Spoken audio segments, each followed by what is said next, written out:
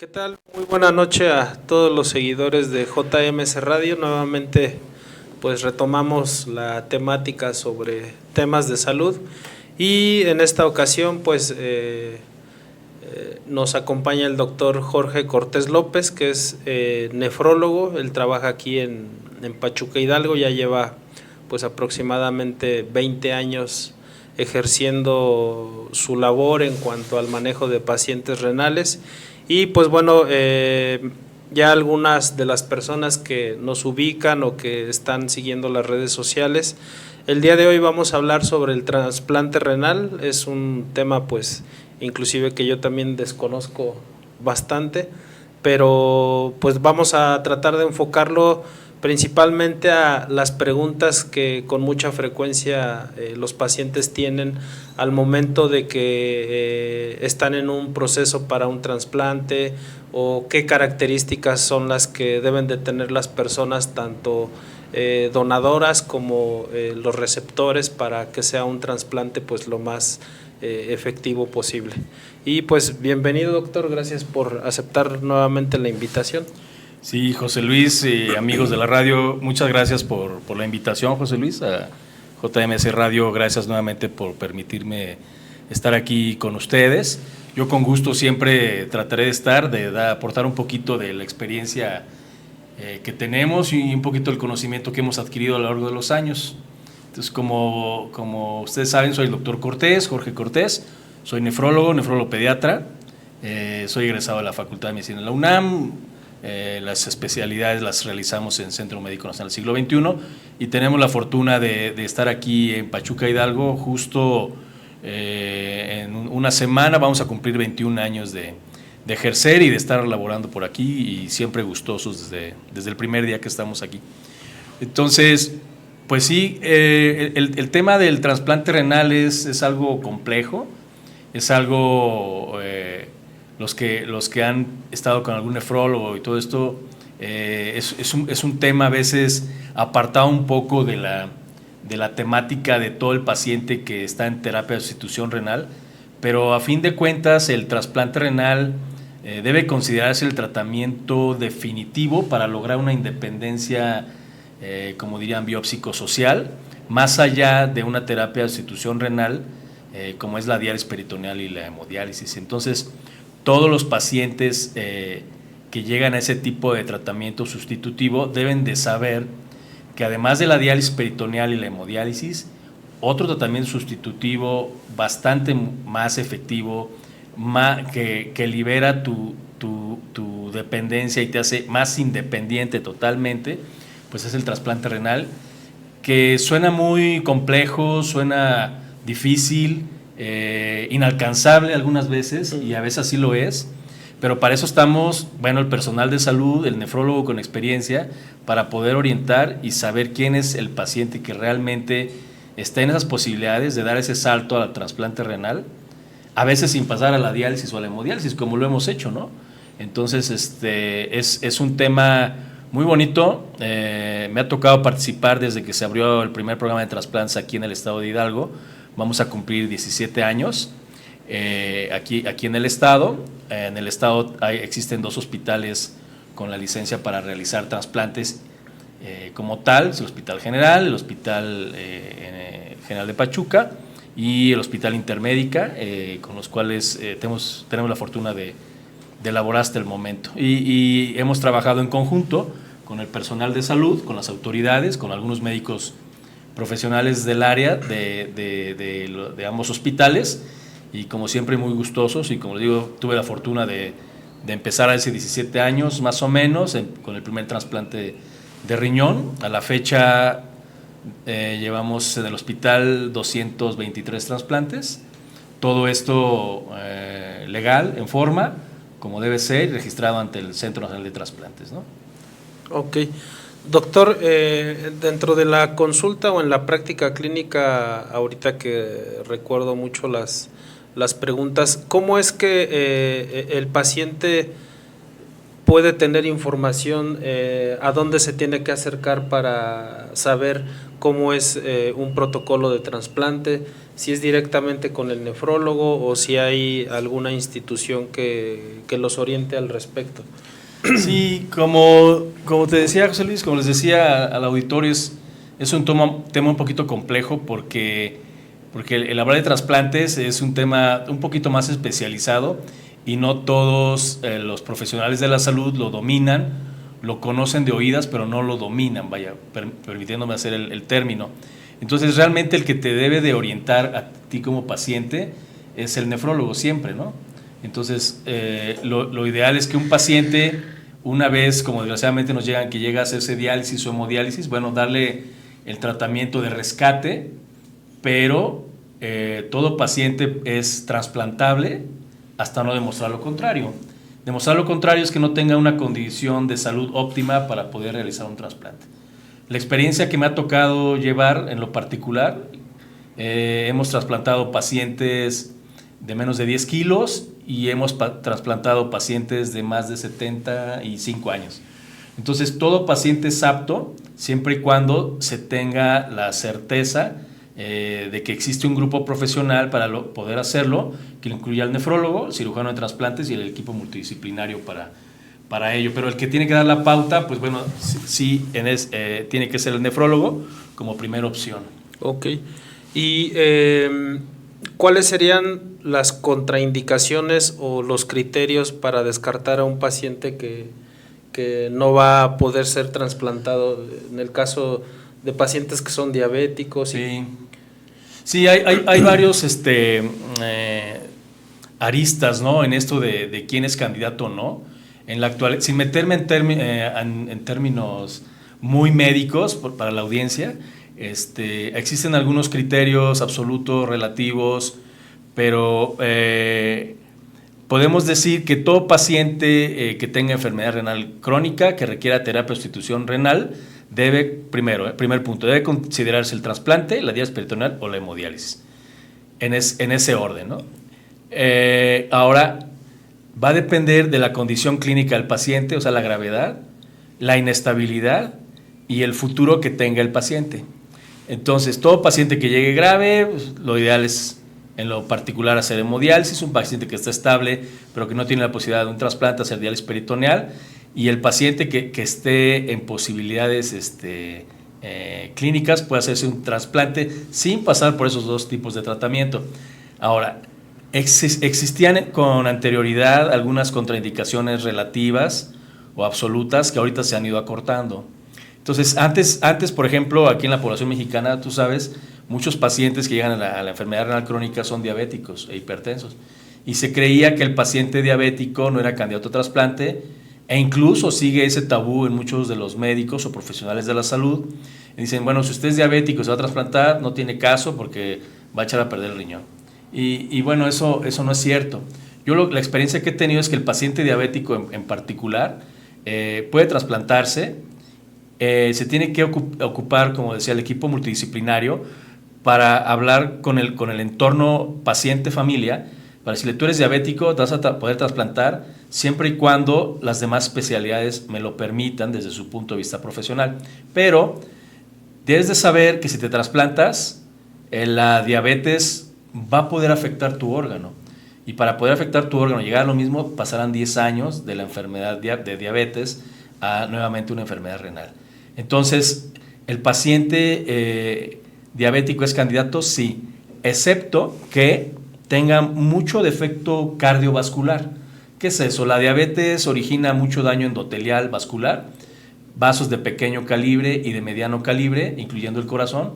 Entonces, pacientes con coronariopatía o antecedentes de infarto, insuficiencia cardíaca, primero tienen que pasar por el cardiólogo para yo pedirle la opinión, antes que yo tenga muchas ganas como nefrólogo de trasplantes, que se trasplante y la familia, que el cardiólogo me diga que es apto, que el corazón es apto para tolerar una cirugía de trasplantes y que su diabetes no le genera un daño tal que es imposible hacer el trasplante y tendría que hacerse un trasplante, digámoslo así, cardíaco renal. En cuanto al corazón, también, como todos los pacientes diabéticos llegan a padecer, casi todos en alguna parte de su vida con la enfermedad, es alteración en la circulación de extremidades, ¿no? Entonces muchos de los pacientes, desgraciadamente hemos visto, padecen de amputaciones por lesiones endoteliales, vasculares y arteriales, y para pues, ser candidato para trasplante, el cirujano de trasplante tiene que hacer una conexión de la arteria del riñón con la arteria del paciente, y el cuerpo de la arteria y de la vena donde se va a conectar tiene que estar, digámoslo, limpio para que haya posibilidad de hacer la conexión por el cirujano, y para eso tenemos que hacer o una arteriografía o un ultrasonido Doppler que nos permita eso. De ahí podemos irnos a otro tipo de pacientes, que son los pacientes con inmunopatologías, pacientes con lupus, artritis reumatoide, que también se consideraba, son pacientes un poquito más complejos, por hablar de la situación inmunológica per se, que implica un trasplante, pero pacientes con alguna actividad inmunológica, que en todo el mundo existen muchos pacientes con lupus que llegan a desarrollar enfermedad renal crónica. Una vez que bloqueas la enfermedad y que demuestras que los anticuerpos contra estas enfermedades está bloqueado, tú puedes en la actualidad demostrar con los estudios de inmunología que tu enfermedad que te originó esto está bloqueada y que eres apto para recibir un trasplante, ¿no? Una vez que recibes el trasplante, vas a recibir medicamentos inmunomoduladores similares a los de esas enfermedades, y te va a permitir mantener bloqueada tu enfermedad de base y la tendencia hacia el rechazo. O sea, en la actualidad hay algunos criterios absolutos y criterios relativos, pero sí se tendría que analizar con cada paciente cuál es el caso. En los pacientes pequeños, en los pacientes pediátricos, los pacientes que no son candidatos para trasplante, ahorita son un grupo de pacientes muy pequeños, menores de 8 kilos más o menos, y pacientes que tengan, ya sea adultos o pequeños, alguna malformación de vías urinarias mayor que te impida hacer la conexión del sistema urinario, ¿no?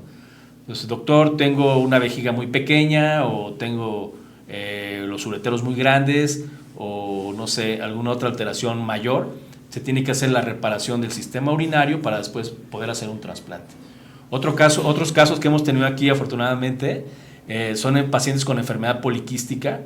Los pacientes con enfermedad poliquística autosómica recesiva, donde la familia tiene enfermedad renal porque tienen demasiados quistes, con anterioridad se pensaba que pues, no era posible porque no había espacio para hacer el trasplante.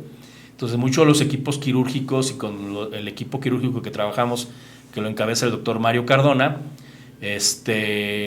lo que hacemos es valorar al paciente. Si no hay espacio porque los riñones ocupan gran parte del abdomen, se hace nefrectomía en el momento o previamente para liberar el espacio hacia el trasplante. Entonces, algunos otros criterios son inmunológicos, pacientes con segundo trasplante o muy sensibilizados, que ya se tendrían que hacer pruebas muy específicas de acuerdo a la historia clínica del paciente, José Luis. Entonces, básicamente, un paciente diabético se puede trasplantar, un paciente con una enfermedad autoinmune pero que esté inactiva también se puede trasplantar. Anteriormente entiendo que era más riguroso pues el protocolo. Sí, se sospechaba que el daño a la vasculatura, arterias, venas, iba a ocasionar un daño temprano al injerto, y no es así, ¿no? Entonces no es así, y se le da educación al paciente. Otro grupo que hemos tenido casos así en particular son los pacientes oncológicos. Entonces existen pacientes oncológicos que tuvieron algún tipo de cáncer, llamarlo de alguna manera, que recibieron quimioterapia, y que por la misma quimioterapia o perdieron un riñón, o la quimio y radioterapia dañó el riñón y hacen enfermedad renal crónica. Ese tipo de pacientes pueden trasplantarse una vez que tu médico oncólogo diga que está libre de la enfermedad por lo menos 2 años, ¿no? Entonces es otro grupo, que es pequeño el grupo, pero también muy importante, y nos ha tocado pacientes con daño renal por quimioterapia y radioterapia, que también en la actualidad pueden hacerse trasplantes.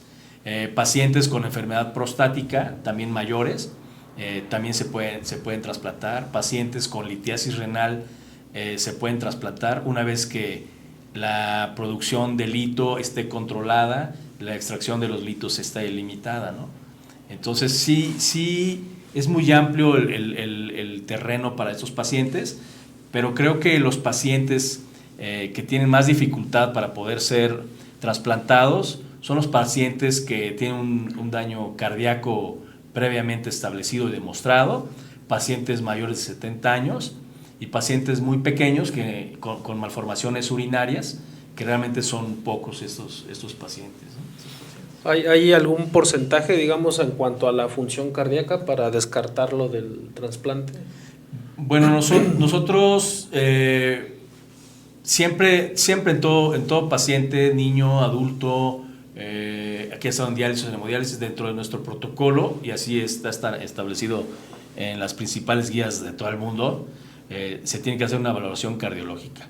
Una evaluación cardiológica donde tu cardiólogo sea independiente del grupo para no evitar un sesgo por la necesidad o el querer que se trasplante un paciente con éxito, ¿no? Entonces se tiene que contemplar a un cardiólogo. Aquí en Pachuca hay muchísimos cardiólogos muy respetables que agradecemos sus valoraciones, en donde ellos me van a decir, de acuerdo a su expertise, si el corazón es funcional o no.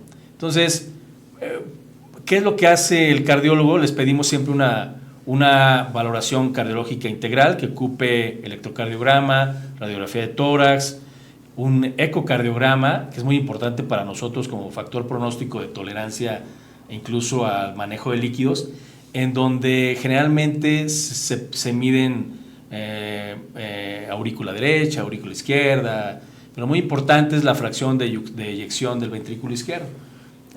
La fracción de eyección del ventrículo izquierdo es, sin querer ser el cardiólogo y opinar como cardiólogo, el ventrículo izquierdo es la parte del corazón que bombea el flujo de sangre total hacia la aorta y de ahí sale a todo el cuerpo.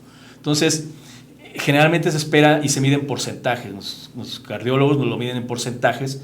Todo paciente que tenga una fracción de eyección mayor del 50% no tiene ningún problema. Cuando es menos, el cardiólogo nos hará la opinión de ajustar algún medicamento, de sacar más líquido en la diálisis o la hemodiálisis para no sobrecargar de líquido al cuerpo, al corazón y que trabaje más esa porción y regresarle un poco del trabajo que se ha perdido.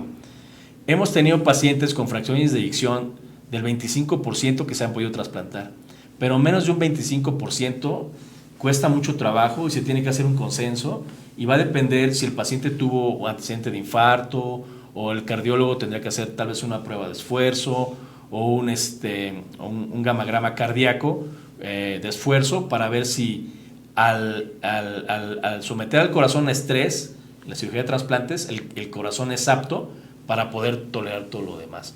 Entonces, mucho de eso se lo dejamos al cardiólogo y siempre en nuestros comités de trasplantes tiene que haber un médico internista o intensivista que dé el punto de validez de si esta fracción de función del corazón es apta para tolerar el trasplante. Ok. Y entre más tiempo un paciente se encuentre, por ejemplo, en diálisis o hemodiálisis, es menos candidato a un trasplante por el tiempo en cuanto a la terapia. Sí, más que la terapia, José Luis y amigos de la radio, es la enfermedad en sí, ¿no? Cuando tú tienes enfermedad renal crónica, tienes que asumir que el funcionamiento de tus dos riñones es menos del 15%, 20, 15%, y a partir de ahí tienes que apoyar a tu cuerpo, no a los riñones, a tu cuerpo para mantener el equilibrio que se está perdiendo por los riñones. Entonces, la diálisis o la hemodiálisis son tratamientos de sustitución que nunca van a llegar a niveles normales, tus niveles de urea, creatinina, fosfatos, incluso la hemoglobina. Son tratamientos para mantenerte estable, que son muy válidos, muy valiosos y que cada uno por su parte pueden mejorar la calidad de vida del paciente, pero sigues con la enfermedad. Todo paciente que tiene con la enfermedad y está en diálisis o en hemodiálisis va a tener un desgaste, tú lo sabes, anemia. Entonces, el tener anemia crónica, el corazón va a tener que forzar más su trabajo ante esa falta de oxigenación por falta de eritrocitos, que es lo que produce la enfermedad renal, y va a tener un desgaste cardíaco de manera progresiva. Otra de las cosas muy importantes es que el metabolismo del calcio y del fósforo, que lo regula el riñón, va a originar alteraciones de descalcificación a nivel de los huesos. Entonces, pacientes con muchos años, tú vas a notar que van a tener alteraciones en los huesos, osteoporosis, osteodistrofia, deformaciones, que una vez que se trasplantan no se van a poder remodelar, ¿no? Se van a poder revertir. Las funciones del corazón, eso es algo que hemos visto en muchos grupos de pacientes, que sí se alcanza a revertir cuando le quitas el volumen de sobrecarga de líquido.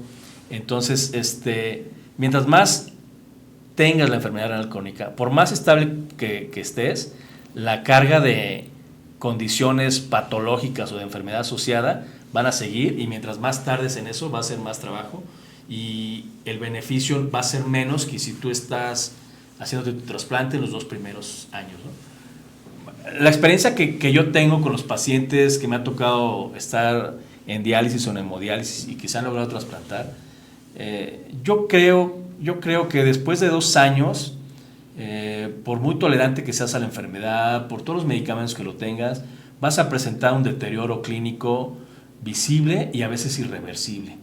Entonces, yo sí les sugiero a los pacientes que si entran a un tratamiento de diálisis o hemodiálisis, adelante, que confíen en él, con sus nefrólogos, quien sea en donde se atiendan, pero que piensen, que se acerquen a sus nefrólogos para ver si en esos 2 primeros años o antes poder hacer un trasplante para no padecer en lo futuro las alteraciones que te originan la enfermedad renal crónica, como son alteraciones óseas, en la circulación y cardíacas, ¿no? Principalmente. Sí, que entre más temprano sea el trasplante es mucho mejor, ¿no? La sobrevida es mucho mayor. Sí. ¿Cuántos años se espera o ha visto usted que hay de sobrevida de un paciente cuando ya es trasplantado? Sí, eso va a depender de muchas cosas, José Luis. Va a depender de la condición previa del paciente. O sea, hemos tenido pacientes que el riñón está perfecto y tenían por ahí algún antecedente trombótico y se infartan y desgraciadamente se van por otras causas, ¿no? Entonces, va a depender de muchos factores, la edad, el estado inmunológico previo, el tipo de tratamiento previo, pero en la actualidad podemos considerar, la literatura dirá muchas cosas, pero un paciente con un estudio inmunológico aceptable y con un trasplante programado y con el riesgo habitual, en la actualidad puede durarle por lo menos 10 años, ¿no? Es lo que se espera.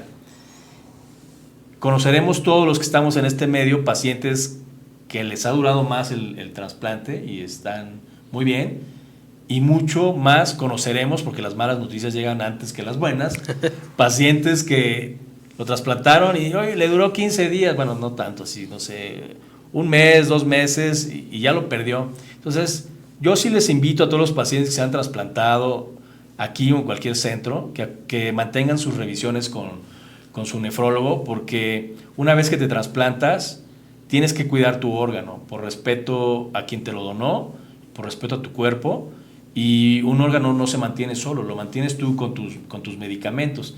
Y los nefrólogos de trasplantes lo que estamos orientados a dar el consejo es qué medicamentos debo tomar, cuáles son mis datos de alarma y en cada cuánto tiempo tengo que verte para evitar que tengas una pérdida temprana del injerto, que a veces hay situaciones que son imposibles de revertir, pero muchas veces yo tengo pacientes aquí, llevo 21 años de nefrólogo, voy a cumplir, y tengo pacientes desde que están en México, son trasplantados, 25 años, y perfectos, ¿no? Y perfectos. Y caso contrario, pues también, ¿no? Pero por muchos factores, ¿no? Sí, es muy diverso es correcto. Los criterios o las causas. Esta parte del trasplante anticipado, anteriormente, o sea, ¿era necesario o es necesario que los pacientes primero entren en una terapia de sustitución antes del trasplante? ¿O? Pues no, fíjate, incluso antes me tocó aprender de los maestros que decían, bueno, el paciente se va a trasplantar una vez que se haya dializado, hemodializado, que haya sufrido lo que es estar en diálisis o en hemodiálisis. Para que valore. Entonces dices, bueno, sí, pero las generaciones, incluso las que van después de nosotros van a decir, pues, eso no, o sea, hay que cambiar, ¿no? No hay empatía. No hay empatía, exacto, no soy empático, y eso lo pueden decir todos los, espero que haya chicos aquí que estén escuchando eso.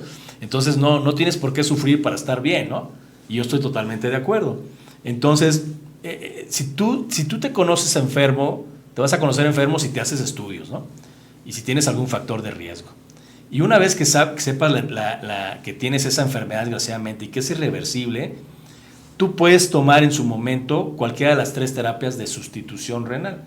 Sustitución renal es que pues, mis riñones ya no funcionan y voy a ocupar algún tratamiento para suplir lo que ya desgraciadamente no me funciona. Y el ideal es el trasplante anticipado sin pasar a diálisis o hemodiálisis. En el hospital ahí donde hemos trabajado o en los pacientes que me ha tocado atender, hemos logrado los 2 últimos años, después de la pandemia que retomamos, más o menos como el 50% de mis pacientes son pacientes trasplantados anticipados, sin tener que pasar por diálisis o hemodiálisis, ¿no? Y a veces tenemos que estar, oye, ya te voy a hemodializar para que estés bien, y se meten a la dieta. José Luis ha tocado atender a muchos de mis pacientes que se han logrado hacer un trasplante anticipado, y creo que es lo mejor, y a veces los comparas con otros pacientes, y posterior no hay mucha diferencia, ¿no? Siempre y cuando el paciente que haya pasado por una terapia de diálisis o hemodiálisis no haya estado más de 2 años, ¿no? Después de 2 años ya hay ciertas diferencias, e incluso la sobrevida y las complicaciones son mayores. Pero lo ideal es el trasplante anticipado, pero eso te lo tiene que dar como orientación tu nefrólogo, y tener las posibilidades de dónde enviarte o derivarte, con quién derivarte para poder hacerte un trasplante, ¿no? Ya sea de cadáver o de donador vivo. De donador vivo, ¿no? En la lista de espera, doctor, en promedio, ¿cuánto tiempo puede pasar para que haya un trasplante? Sí, es complicado porque pasa el tiempo, somos más gente en el mundo, somos más gente en México, somos más gente en Hidalgo, va a haber más pacientes, y desgraciadamente va a haber más pacientes con requerimiento de trasplantarse. Entonces tienen que saber que para hacer un trasplante de riñón, aquí en México existe solamente la lista de donador cadavérico, es una lista de espera, y de donador vivo. Entonces, ¿qué quiere decir? Un paciente fue su deseo en vida donar sus órganos, llega a tener muerte cerebral, que es principalmente lo que es aquí en México. Entonces se toman los órganos, y esos órganos se van a destinar a un hospital que esté registrado ante el Senatra, que tenga un comité de trasplantes, un equipo de trasplantes, y se va a donar. Entonces ese es uno. Un paciente, el que sea, tiene derecho solamente a inscribirse en un solo hospital de trasplantes. Entonces, Secretaría de Salud o las nuevas nomenclaturas que se emplean, no quiero errarle, yo me apunto en el Hospital General de Pachuca, solamente me apunto ahí. Yo me apunto en La Raza, solamente me puedo apuntar ahí, y no me puedo apuntar en ningún otro, porque eso está muy normado y está muy dirigido para que cada paciente tenga un derecho y la oportunidad, ¿no? Entonces, sí me ha tocado ver pacientes en el Hospital del Niño que no tienen la posibilidad de trasplante ni la posibilidad económica, y nos ha tocado los últimos 3 que se han trasplantado en la Ciudad de México, que tardan 2 años, ¿no? 2 años en lista de espera. En los pacientes pediátricos, ¿no? Que son prioritarios. Me ha tocado pacientes adultos, desgraciadamente, que llevan 4 a 6 años y que no han podido trasplantarse por una u otra cosa médica, de incumplimiento de algún estudio, de que no contestan la llamada, o simplemente por el tipo de sangre, que no llega a un tipo de sangre el ideal, ¿no? Y en el otro tipo de pacientes de donador vivo, pues bueno, el tiempo lo va a dar el paciente, la familia, y el tiempo en que termines tu protocolo, siempre y cuando todo eso está bien. En la actualidad, un protocolo de trasplante de un donador vivo se puede completar, si todo va bien, no más de un mes. Entonces haces tus estudios y en un mes estás trasplantando, ¿no? Pero en la de cadáver va a ser, depende de qué hospital, pero desgraciadamente creo que el promedio es de 2 años y más, ¿no? Entonces con donador vivo relacionado, no relacionado, se puede en poco tiempo, pues. Es correcto. No requiere medio año. Sí, no. Va a depender igual de la institución en la que te atiendas. En las instituciones públicas va a depender al ritmo que te dé administrativamente, que bueno es nuestro sistema de salud, y quisiéramos que ya tengo a mi donador, doctor, es mi hermano, creo que vamos a estar bien mañana. No se puede, todos tienen que seguir las normas y los tiempos de la institución en la que se atienden. Pero si tuviésemos la fluidez en una institución pública, en una privada, de hacer los estudios, pues el tiempo en que terminan los estudios, y el que más tarda 5 a 7 días, el que más, estás terminando tu protocolo, incluyendo las valoraciones, idealmente del cardiólogo, del infectólogo, del otorrino, del psicólogo, y algunos ginecólogo, valoraciones especiales que el médico tratante nefrólogo y el comité de trasplante interno de su hospital las sugiera, ¿no? O las que estén establecidas dentro del comité de trasplantes, ¿no? Y cada una de las especialidades debe de tener la palomita. Es correcto. Si alguna de ellas no da el visto bueno, no se trasplanta. Sí, no. Y generalmente pueden ser especialistas de tu mismo hospital, pero que no conozcan el entorno directo del paciente como el nefrólogo, ¿no? Es mi paciente de hemodiálisis de todo el tiempo, yo ya me encariñé, claro, quiero que se trasplante pronto, no. Tiene que verlo un especialista que no sepa todo eso. Que no sepa todo el entorno, cómo es su familia, bueno, excepto psicología, pero para dar su veredicto sin un sesgo de conocimiento previo del paciente, ¿no? Entonces, cada uno tiene que dar la validez. Si alguno de los dos dice que no es apto, se toma el caso del por qué, se da el tratamiento sugerido, y si el cardiólogo, por ejemplo, es un decir, nos dice que en 3 meses repetir el estudio para ver si mejoró, lo hacemos para que se pueda retomar, pero aquí es lo que nos diga ellos sin intervenir en su libre decisión como profesional de la salud, ¿no? Y le ha tocado, por ejemplo, que dentro del área de psicología diga, no, pues es que yo creo que no va a cuidar su riñón. Sí. Pensándonos en algún joven. Sí, nos ha tocado incluso tanto del receptor como el donador. Hace tiempo, no sé, 15 años, me tocó, sin dar nombre solamente, un donador, pues que podía contar varios casos ya, con los 200 y tantos trasplantes que nos ha tocado participar directo e indirectamente, tenemos muchas anécdotas, ¿no?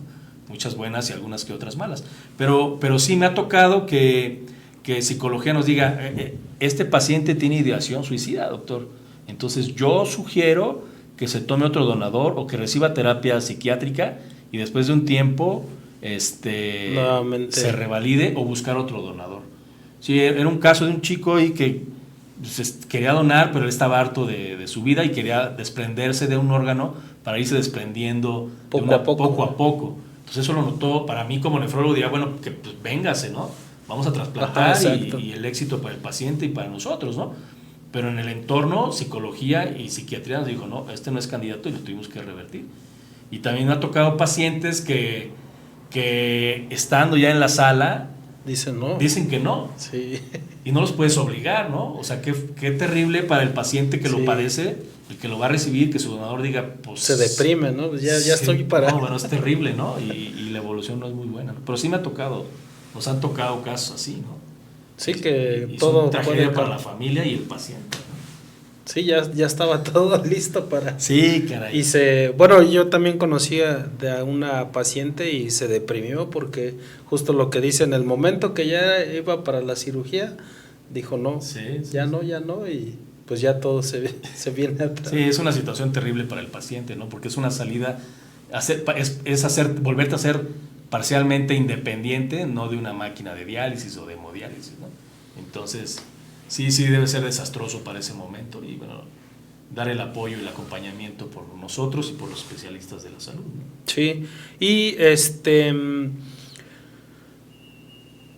¿un paciente que es trasplantado deja de ser paciente renal, doctor? ¿O se sigue considerando como parte de...? Sí, se sigue considerando como un paciente dentro del ámbito nefrológico sano, pero trasplantado, ¿no? no le quitas el estigma o el nombre de paciente trasplantado, y existe un registro de pacientes trasplantados. En algunos otros países, incluso aquí en México, se lleva un registro. A veces, no quiero hablar de México mal ni nada, pero a veces en los registros de los pacientes trasplantados es un poco difícil. Pero el Centro Nacional de Trasplantes, que es el organismo rector de trasplantes en México, es la organización que lleva primero el censo de todos los pacientes que están en espera y que se han trasplantado por institución, por hospital y por profesional de la salud. Entonces se considera un paciente porque eres paciente que tiene que tomar medicamento para mantener tu riñón y tu calidad de vida a medida de lo posible. Entonces, desgraciadamente, somos pacientes los que tenemos que llegar a ese tratamiento, o los que están en ese tratamiento, desde el momento que nos dicen, usted tiene enfermedad renal crónica, y a partir de que le decimos que tiene esto, y hasta el último día de sus vidas, ojalá que sean muchos, usted tiene que tomar medicamentos. Y porque si no lo toman medicamentos, la calidad de su órgano y de su salud va a verse mermada. Entonces eso te convierte en un paciente, ¿no? Claro. Y que tienes que estar acudiendo con tu médico nefrólogo o con tu médico internista del entorno para seguir manteniendo la calidad de tu órgano, ¿no? Entonces eres paciente desde que te dicen que tienes enfermedad renal crónica, ¿no? Y son medicamentos que ellos tienen que tomar ya de por vida, ¿no? Sí. Mientras dure el injerto. Es correcto, son medicamentos de por vida. Como bien les digo a los pacientes, ustedes tienen esta condición y aunque se trasplante, tienen que tomar medicamento de por vida porque se representa una condición crónica que tengo que cuidar. Es como la diabetes. Doctor, yo hago ejercicio, tengo mi hemoglobina glucosilada en 5.9, pero depende de que me tome metformina, sitagliptina, bla, bla, bla, pero tengo esa condición. Mi trasplantado, yo soy trasplantado, tengo mi creatinina en 1.0, llevo 8 años de trasplantado, y hago ejercicio y todo, pero ¿qué? Estás tomando medicamento. Entonces los medicamentos inmunomoduladores, que en este momento el esquema más o menos es prednisona, tacrolimus, ácido micofenólico, azatioprina, ciclosporina, sirolimus, ese pequeño grupo de medicamentos que los pacientes trasplantados lo conocen muy bien, son los que te ayudan junto con tu estilo de vida a mantener tu riñón lo más sano posible. Como es un riñón, por más compatible que seas, que no es tuyo, siempre tienes que modular tu sistema inmunológico. Si no, lo va a atacar. Lo va a atacar, ¿no? Por naturaleza, ¿no? Los pacientes que tienen, no sé, una prótesis de cadera de metal, tienes que estar en vigilancia porque a fin de cuentas no es tuyo, no es propio y se va desgastando. Y así cosas que no de natura que tenemos propias, tienen que estar en vigilancia. Y mantener el injerto estable depende, no sé, 50% de tus medicamentos y 50% de tu estilo de vida. Dieta, alimentación, por ahí algunos pacientes trasplantados que tú nos has hecho favor de evaluar a todos los nefrólogos que estamos por acá, y tú lo sabes, ¿no? O sea, que depende mucho de los medicamentos y en esto del estilo de vida y la dieta. Yo siempre les digo a mis pacientes, y José Luis no me dejará mentir, bueno, si viene conmigo es porque tiene que llevar dieta, y si conmigo no la lleva bien, aquí está José Luis para que le dé un plan de alimentación especial para nutrición para renal. Los pacientes. Es correcto. Después de que ya tuvo un trasplante el paciente y viene por su segundo trasplante, es menos, tiene un menor rango de efectividad por precisamente el manejo de los inmunosupresores. No, fíjate que es una pregunta así muy interesante, muy técnica a veces. Es un reto para los médicos, nefrólogos, cirujanos de trasplante, todo el entorno del área de trasplantes, hacer un segundo trasplante. ¿Por qué? Por lo que sea, perdiste tu primer injerto. Tenemos varios pacientes que se han trasplantado aquí con nosotros de segundo trasplante, y que perdieron su riñón por lo que sea, y tienen las ganas, el deseo, y están en condiciones de recibir un segundo trasplante. Tienes que hacer los mismos estudios que hiciste en la primera vez, más otros especiales para saber si tu organismo no está muy sensibilizado o muy ávido de recibir otro órgano y rechazarlo. Entonces, un paciente con segundo trasplante primero, ¿es viable? Sí. ¿Lo hemos hecho nosotros aquí en el estado? Sí. ¿Les ha ido bien? Sí. Pero, no me dejarán mentir, implica un poquito más de estudios, mucho más especializados para saber qué tan sensible está mi cuerpo, tratamientos un poquito más intensos para inmunomodular en el posoperatorio del trasplante. Se ponen anticuerpos, puedes ocupar nombres técnicos, ¿no? Globulinas antitimocítico, bloqueadores de CD20, específicos que te bajan todavía más las defensas y que te predisponen después de ese segundo trasplante, al bajar más las defensas, en tener infecciones oportunistas incluso más severas, ¿no? Del lado del cirujano de trasplantes es un poquito más complicado porque dice, bueno, pues ya mi rutina del trasplante, que es colocarlo generalmente, con todo respeto a los maestros, del lado quito el riñón de este lado y lo pongo de este lado, pues ya lo ocupé, entonces ahora tengo que quitar el riñón que me sea apto y colocarlo de otro lado, que implica una agudeza o una habilidad quirúrgica un poquito mayor que la mayoría de los otros cirujanos, ¿no? Entonces, ¿se puede un segundo trasplante? Sí. ¿Es un poquito más complejo? Sí. ¿Es un reto? Sí. Pero se puede hacer con todos los riesgos. El año pasado tuvimos 2 pacientes trasplantados de segundo trasplante, uno de aquí de Pachuca y uno de por ahí de la zona de Tulancingo, que están muy bien ahorita, la evolución está perfecta, ellos están muy contentos y nosotros también, y pasaron por todo ese proceso de desensibilización un poco más intenso, ¿no? Sí, es como dicen, un reto mayor, ¿no? Es correcto. Que el primer trasplante. Sí, es un reto. Esos son un reto, así como hacer un trasplante de cadáver, la vigilancia y mantener y no desesperarse y darle tiempo al riñón. Es un poquito más complejo que cuando haces un trasplante no cómodo, pero programado y con el menor riesgo cuando es de un donador vivo, ¿no? Entonces los retos en nefrología de trasplantes son los trasplantes de cadáver y los que son pacientes segundo trasplante o que tengan una sensibilización mayor por el reto que te pone a ti como personal de salud y el reto que le pone al paciente para la tolerancia de soportar la segunda técnica quirúrgica y la inmunomodulación que implica, ¿no? Que es más intensa, ¿no? Y pueden tener mayor riesgo, como dice, de alguna infección. Sí, técnicamente es de mayor riesgo. Las infecciones oportunistas las esperas y tienes que premedicarlas. Hay virus como citomegalovirus, por ejemplo, virus BK, ¿no? Virus respiratorios, infecciones urinarias que son la orden del día. Tienes que estar muy atento y tienes que dejar medicamento preventivo, antiviral, antimicótico, o sea, para los hongos, antibiótico, a veces por más tiempo, y hacer tu vigilancia más seriada, semanal a veces, para detectar cualquier caso de rechazo o de infección oportunista que pueda dar al traste todo el esfuerzo que hizo tanto el paciente como el equipo médico, ¿no? Entonces sí es un poquito más de riesgo, pero siempre se platica con el entorno del paciente, si lo quiere asumir el riesgo en conjunto, y si así lo aceptan y nosotros estamos de acuerdo y se cumplen las condiciones, continuar. Adelante, claro. Okay. Claro. Referente a el riñón de donador cadavérico, ¿tiene menos probabilidad de sobrevida del injerto que de un donador vivo?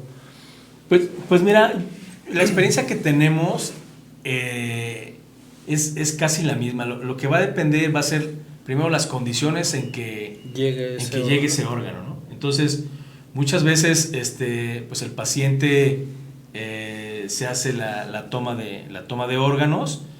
Una vez que que se hace la toma de órganos, la procuración, en términos más exactos, se tienen que preservar. Entonces, la preservación del órgano es como a veces dicen en las películas de ciencia ficción, ¿no? Me voy a dormir y me voy a poner en frío, ¿no? En crioterapia. Entonces, lo que se hace son los órganos de riñón se pone una solución de preservación en la arteria y la vena, se perfunde el órgano y se mete en hielo. Obviamente es un órgano que no le va a llevar sangre y lo vas a congelar, tu metabolismo va a bajar bastante, ¿no? Pero todo órgano que no le llegue sangre, pues se va a perder, se va a necrosar, va a morir.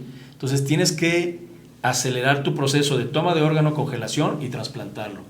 Entonces, cuando quitas un riñón o cuando haces la procuración de un riñón, en términos más exactos,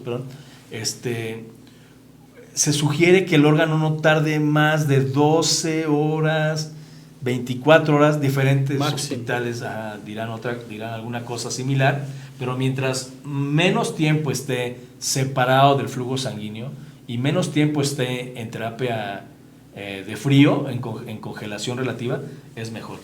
Tú puedes hacer el trasplante y haces el trasplante, que es la conexión arteria, vena y el uretero, y el paciente que estuvo en frío y que estuvo sin irrigación sanguínea en 12 horas, 24 horas, pues es diferente al que hice la procuración del órgano de un vivo y me paso unas al quirófano y en media hora ya lo hago el trasplante, ¿no? Y se hace el mismo proceso de preservación, más o menos. Pero una vez que haces la conexión, la sangre llega por el riñón, pero hay ciertas células que se pueden dañar y pueden pasar un fenómeno que se llama necrosis tubular aguda o retraso funcional del injerto, en lo que las células del riñón se reactivan, para que nos entendamos, y empiezan a funcionar. Y esto puede tardar días hasta semanas, ¿no? Entonces nos ha tocado pacientes que, como lo dice la literatura, 3 semanas y en 3 semanas ¡pum!, empieza a orinar. Eso es más común en los pacientes de cadáver que en los pacientes de donador vivo, ¿no? Entonces es un reto porque dices, bueno, a ver, ¿qué hago? No me está orinando, la creatina baja muy poca, tengo que hacerle un poquito de hemodiálisis para en lo que jale el riñón. Y es muy importante contemplarlo como equipo de salud y planteárselo al paciente y al entorno del paciente, para decir que siempre existe un riesgo de que la cirugía no salga tan bien, de que se complique y que haya un retraso en el funcionamiento del injerto, por muchos factores, ¿no? Que nos ha pasado que todo estuvo perfecto, pero no orina. Espérame, a ver, vamos a ver, y se revisa, y a veces es solamente retraso en la funcionalidad del injerto, y tienes que tener mucha paciencia y saber cómo manejar los líquidos para no llenarlo de líquido y darle chance al riñón para que funcione. O sea, es un reto estar ya en ese momento cuando sale el paciente. Vigilando, es correcto. Y en ese tiempo está bajo vigilancia. Totalmente, ¿no? Tienes que estar bajo vigilancia, 24 horas al día, si no es en una sala de terapia, sí, con monitoreo continuo, signos vitales continuos, TEA continua, o sea, cada hora, ¿no? Para mí es un reto, y siempre cuando sale el paciente de quirófano, yo le digo a los cirujanos de trasplantes, mira, tú entrégamelo orinando, que ya cuando sale el paciente que no orinaba y sale orinando de quirófano, pues es un éxito ya casi cantado a futuro, ¿no? Sin cantar victoria total. Pero ya cumplió el ciclo del riñón, que es, le llega sangre a la arteria, hace el recorrido de todo el cuerpo el riñón, se regresa la sangre filtrada, y en ese proceso de filtrado se produce la orina. Entonces, cuando un paciente sale de quirófano trasplantado, que no orinaba y sale orinando, ya estás casi del otro lado, ¿no? Siempre las primeras horas es más complicado, el primer día es muy complicado, la primera semana es muy complicado, y los primeros 3 meses es complicado. Después de los 3 meses dices, bueno, ya las principales enfermedades oportunistas ya no han estado, pero pueden presentarse otras después de los 3-6 meses, y una vez que el paciente cumple 2 años de trasplantado, tú dices, bueno, ya el riesgo de un rechazo, eso ya se perdió. Es menor. Es mínimo, ya se enfermará el riñón de otra cosa, pero no de un rechazo por un proceso de trasplante que hicimos en el día 1, ¿no? Entonces sí es muy padre todo esto, me gusta mucho hacerlo, me gusta mucho compartirlo. Gracias. Y bueno, yo les podía hablar 1000 cosas de la experiencia que tenemos, ¿no? Sí, pues de hecho hay muchas, bueno, yo veo con los pacientes que siempre tienen muchas preguntas al respecto, sobre todo qué sucede con los riñones nativos, se quedan, los tienen que quitar. Sí, generalmente los riñones nativos, llamamos de riñones nativos, nativo es de tu nacimiento, de donde eres, el origen, ¿no? Entonces, tus riñones nativos son los que naciste, los que están contigo en la salud y en la enfermedad, ¿no? Entonces, los riñones nativos, que son 2, muchas veces se quedan, la gran mayoría de las veces, un 99% se quedan.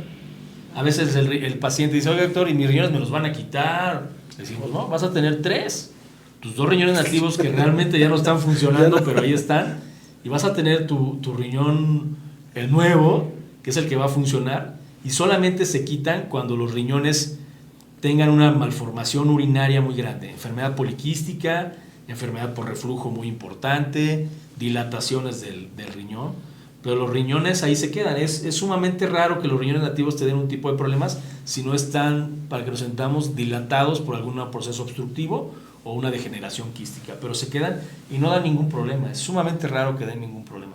Entonces yo le digo a los pacientes, yo he visto a pacientes con 1, con 2, con 3 y hasta 4 riñones, pero con ninguno que ande caminando no. Se está dializando o hemodializando, que también tenemos pacientes así. Pero bueno. ¿Y en dónde lo colocan el nuevo riñón? Sí, el nuevo riñón no se coloca en la espalda baja, ¿no? ¿Qué es lo que pasa? Al consultorio llegan y doctor, es que me duelen los riñones y me duele la espalda baja, ¿no? La región lumbar. Ahí es donde, tocando la última costilla hacia adentro, un poquito en diagonal hacia la línea media, ahí están los polos de los riñones, ¿no? Ese lugar no se toca. Entonces, la incisión o la colocación del riñón se coloca en la parte anterior del abdomen. Entonces, se toma una ubicación más o menos entre el ombligo, la cresta ilíaca, y en medio, un poquito hacia arriba, se hace una incisión en J, o en palo de hockey le llaman, y se coloca ahí, se separa la piel, los músculos, y se llega hasta la unión de las ilíacas, y ahí es donde se coloca. Pero el paciente que es trasplantado tiene la herida anterior. A veces es una cirugía en línea media, pero la gran mayoría de los pacientes tienen su cicatriz a un lado del ombligo en forma de palo de golf adelante. Y entonces eso es muy importante porque el riñón queda más o menos a flor de piel cuando el paciente es muy delgado, ¿no? Entonces le decimos, tiene que estar bien fajado, tiene que tener mucho cuidado, su riñón lo tocamos y lo sentimos. Se siente, exacto. Se siente una vez que pasa todo el edema, la inflamación después de la cirugía, lo vas a revisión, pones el estetoscopio y lo escuchas el latido del riñón, que es muy padre, lo tocas y conforme va ganando peso, grasa el paciente, se va cubriendo con la grasa. Ocultando con la grasa. Pero sí queda, digamos, a flor de piel abajo de la piel y del músculo, ¿no? Entonces, como son pacientes crónicos, tienen una capa de músculo muy delgada y lo puedes sentir muy bien. Pero está en la parte anterior del abdomen. Es correcto. Sí, que es lo que habitualmente tienen dudas los pacientes. Sí. Josué, ¿no sabes si puedo tener acceso ahí a la página porque no me deja ver comentarios? Si hay comentarios, sí. Bueno, una pequeña pausa porque queremos ver todos los comentarios o preguntas de las personas que estén conectadas, porque creo que sí ha sido muy llamativo el tema el día de hoy. Qué bueno, qué bueno. No, bueno, sí puedo entrar a la página, pero no me deja ver el en vivo.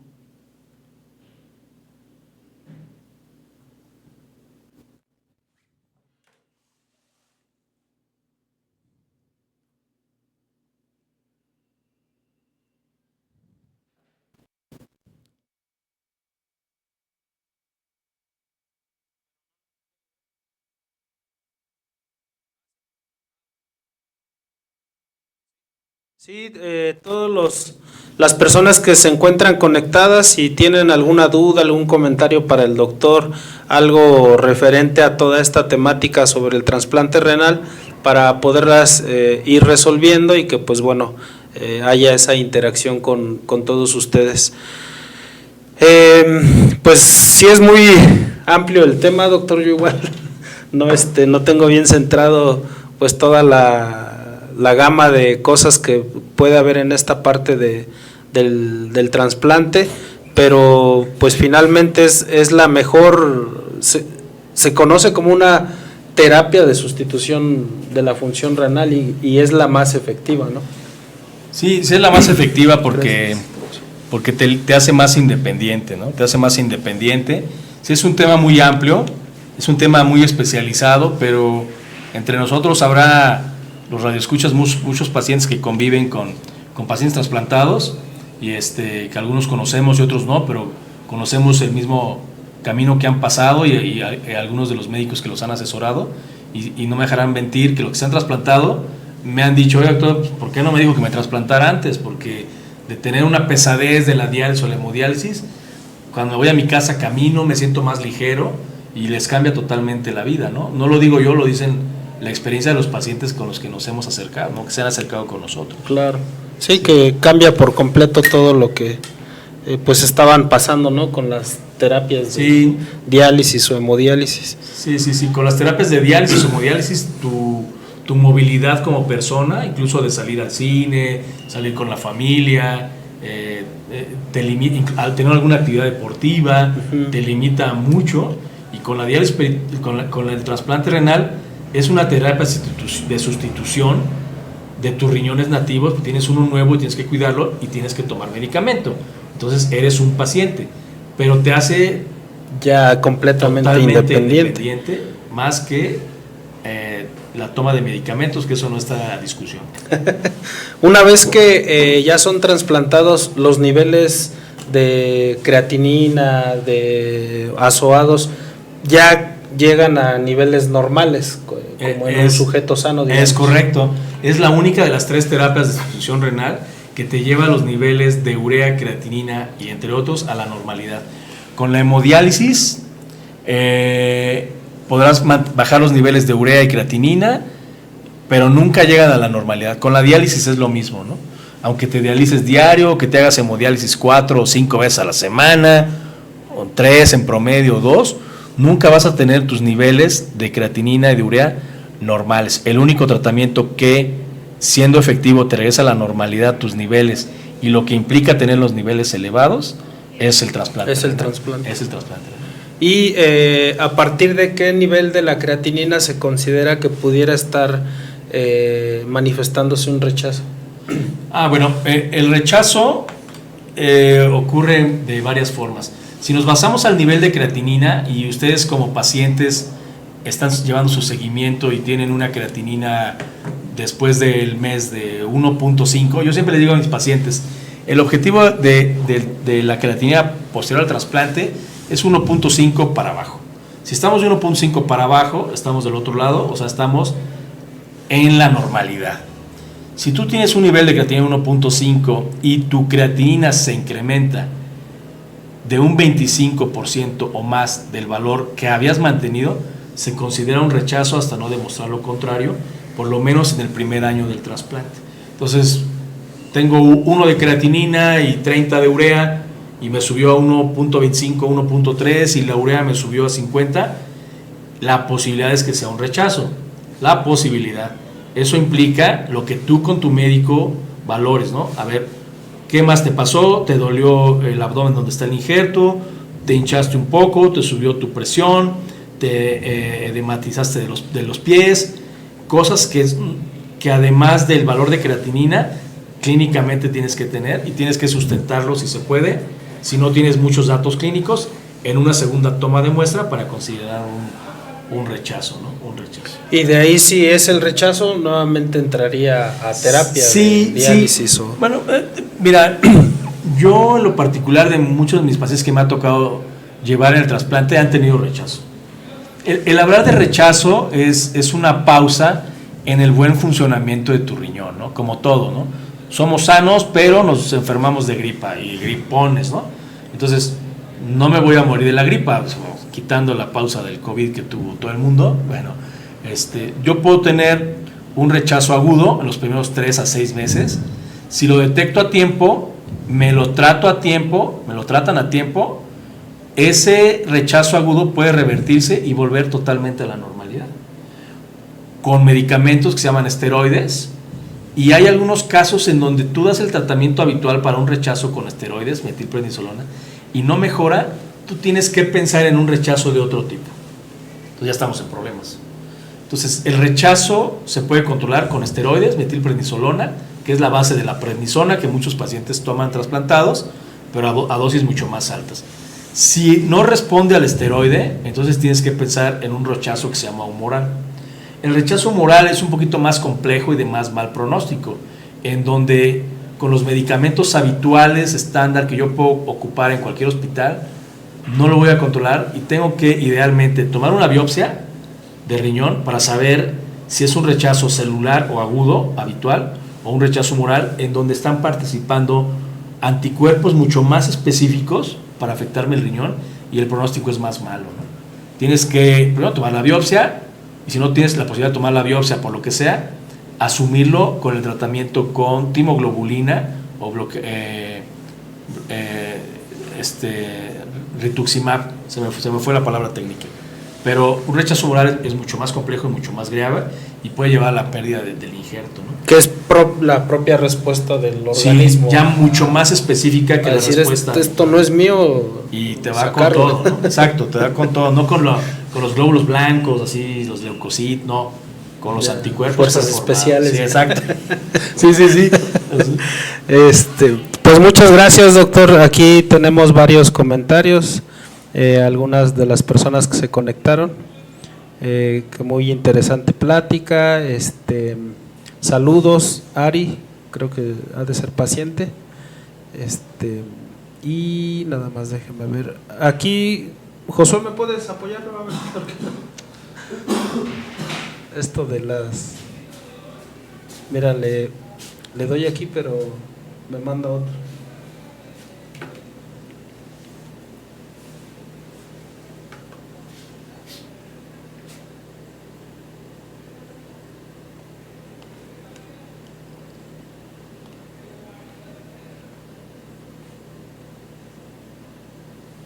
Te manda otra a la anterior, ¿no? Sí. Pero no sé.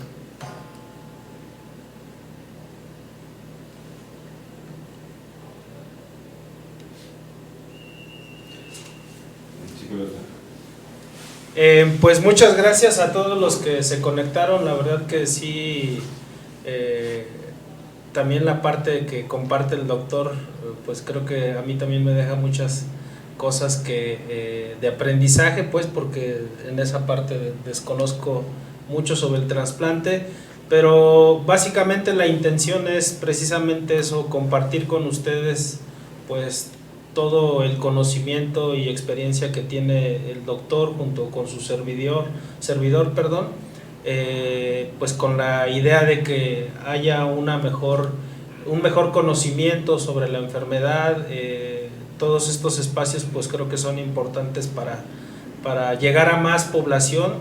Hay muchas personas que no tienen la posibilidad de tener acceso a este tipo de temáticas de forma habitual. Entonces pues esa es la idea, ¿no? Que puedan ustedes tener una gama de conocimiento al respecto, y pues bueno, no va a ser la primera ocasión que invitamos al doctor, al contrario, si ustedes tienen algún tema en específico que quieran que se maneje sobre la cuestión de la enfermedad renal crónica, pues nos lo pueden dejar en los comentarios.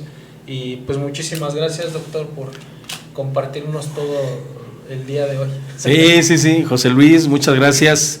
Yo siempre gustoso de estar aquí con ustedes y poder aportar un poquito de lo poquito que sé y la experiencia que he adquirido gracias aquí al estado de Hidalgo y a donde he podido trabajar. Gracias a todos los pacientes que han tenido la confianza en uno, que de eso somos y para ellos somos, para nuestras familias también y para todas las autoridades que nos han permitido trabajar. Al doctor López Vite, que es el director estatal de trasplantes, las autoridades del Hospital del Niño DIF, que hemos podido trabajar ahí también 20 años, el Hospital Intermédica, que es el primer hospital privado que hizo trasplantes aquí en el estado, y a toda la gente y médicos que están alrededor de esto, yo les agradezco mucho. JMS Radio nuevamente por invitarme, y a ti, José Luis, las veces que sea necesario y estemos a la disposición, pues aquí nos verán. Gracias, doctor.